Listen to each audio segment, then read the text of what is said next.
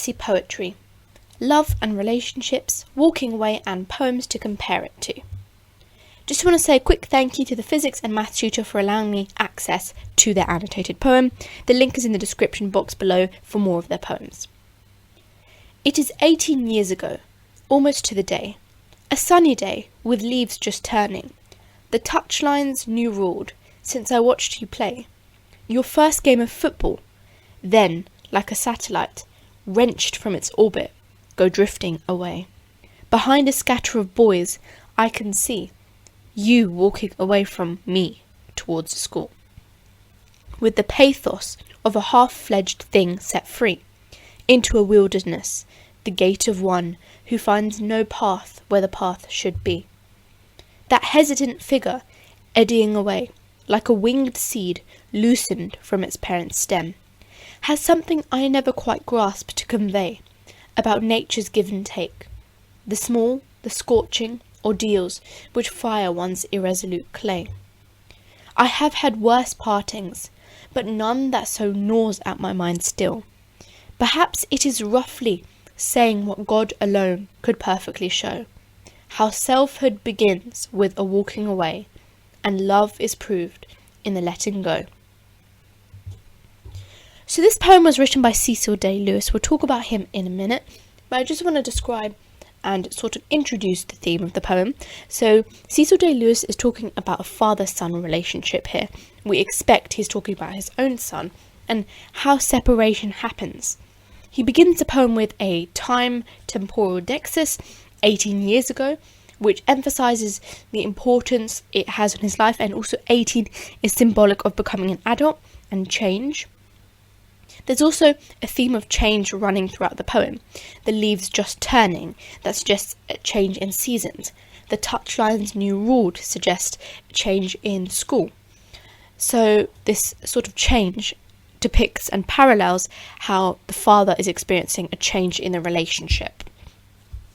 He describes it like a satellite, wrenched from its orbit, go drifting away. Now, the semantic field of space thematically links to exploration and development, and also fear of the unknown, because that's what the father has for his son. Behind a scatter of boys. Now, scatter implies a sense of uncertainty and sort of highlights the father's uncertainty for his son. You, me, and school are all separated, and it more subtly embeds the theme of separation for the reader, with the pathos of a half-fledged thing set free. Now, half-fledged is dehumanizing the son by suggesting that he is a thing set free and a very innocent bird. So by showing this, it suggests he doesn't think he's ready to let go. Who finds no path, so it suggests his son will have to forge his own path, and there is uncertainty. That hesitant figure eddying away. So this changes the portrayal of the son as he is now ready to gain independence. However, hesitant and eddying seem like very hurtful words from the poet's mouth. Like a winged seed loosened from its parent stem. Now, this natural imagery used in the simile has a lot of connections. The seed is a part of a plant's reproductive system and links to how obviously he's a reproduce of the father, but there's an emotional link with it as well. And it also highlights how it must fly off eventually, and that's how the son must eventually go. Then there's a sort of connection to clay, which you may be confused at first, but clay may be symbolic of how painful events, like being thrown into the fire, that's what happens to clay, but it comes out stronger afterwards.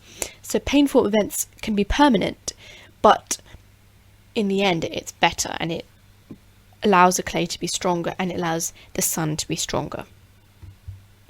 I've had worse partings. So the father finds his own son's separation from him painful, and it's ambiguous what he's talking about, and like what are the worst partings, but he really finds this an emotional separation rather than a physical separation. he says, gnaws at my mind still. Gnaws has very animalistic connotations, so you could say it's zoomorphism, and it shows the uncontrollable nature of his sadness. Now, I just want to talk about the final 2 lines. There's quite a conclusive sense to that. It brings the poem to a close with a moralistic touch, that selfhood begins with the walking away and love is proved in the letting go. Not only has he included the title in that, but there's a sort of reflective tone to highlight how, even though it may be emotionally and physically painful, love is proved in the letting go. So let's look at the poet context. The poet's name is CECIL Day-LEWIS, and he was born on 27th of April 1904 and died in the 22nd of May 1972. He was born in Ireland but raised in the UK, and he was a poetry professor at Oxford in the 1950s. He published Walking Away in 1962 as part of a collection of poems, and he's father to Daniel Day-Lewis. Now, he did have another son, but in this poem he's probably referring to Daniel. So let's look at structure and form essay points, and then we'll move on to language essay points. So first of all, it's an ABACA, consistent rhyme scheme, and this stable structure contrasts the theme of change and could reflect the stable nature of paternal love and how he's always been there for his son. Repetitive use of dashes, which is the addition of extra information, makes the narrative more vivid for the reader and also mimics the effect of turning back time and trying to go back and add more and add more. Repetition of away in each stanza continues the theme of separation and development in the father-son relationship.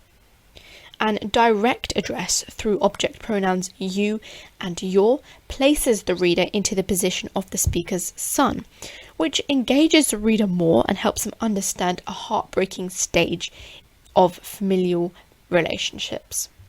Now let's look at language essay points. So lots of similes are used to highlight the separation. Satellite wrenched from its orbit. You could also talk about a wind loosened from its parent's stem. And this just reassures the poet that the change in dynamic is natural. Because if you think about it, a satellite is quite unnatural. And by being wrenched from its orbit and put where it's supposed to be, it is quite a natural process. The poet refers to a seasonal change as well early in the poem, and it creates a natural backdrop of change to compare the changes experienced within his son. There's use of passive language to describe himself, see watched, whereas he uses active language to describe his son, Eddie, which may suggest that he is jealous of his son's, movement, active lifestyle, and how he also is hesitant about him leaving. The lyrical nature of the structure is mirrored in the language, gnaws at my mind still, and it creates a more vivid image of pain and reflection. So by using similes, natural language, passive language, zoomorphism, he creates this overall idea that the separation in a parental relationship is natural and relatable, but very painful. Now let's look at poems to compare it to. So Walking Away and Mother Any Distance. Similarities, they both explore the concept of letting your children go off into adulthood. They both use caesura to demonstrate the separation between the past and present. Both use a final couple of lines to conclude the poet's reflection with a hopeful message, and both speakers use direct address to imply the intimate connection between both relationships.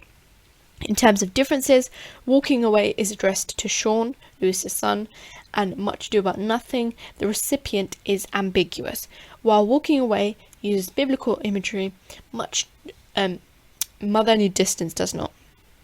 In terms of comparing Walking Away and Winter Swans, both poems don't use a stable form, such as rhyme scheme and consistent syllable count per line, and both poems use enjambment to show the fluidity of both familial and romantic relationships and how they can change over time. Walking Away, in terms of differences, centers on a father-son relationship, and Winter Swans centres on a romantic relationship, but that gives you many points to contrast.